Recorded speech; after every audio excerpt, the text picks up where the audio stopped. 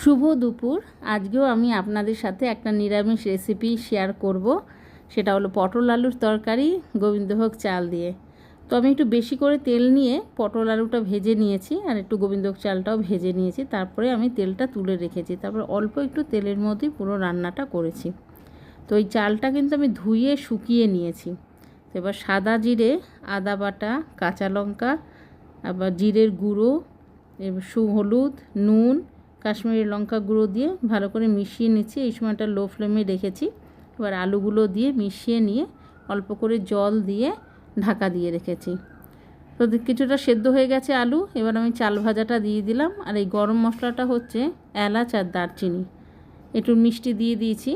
দিয়ে এবার পটলটাও এর মধ্যে দিয়ে দিলাম আর একটু ঘি দিয়ে নাড়াচাড়া দিয়ে ঢাকা দিয়ে রাখলাম। ভিডিওটি ভালো লাগলে অবশ্যই একটা লাইক দেবেন আশা করি।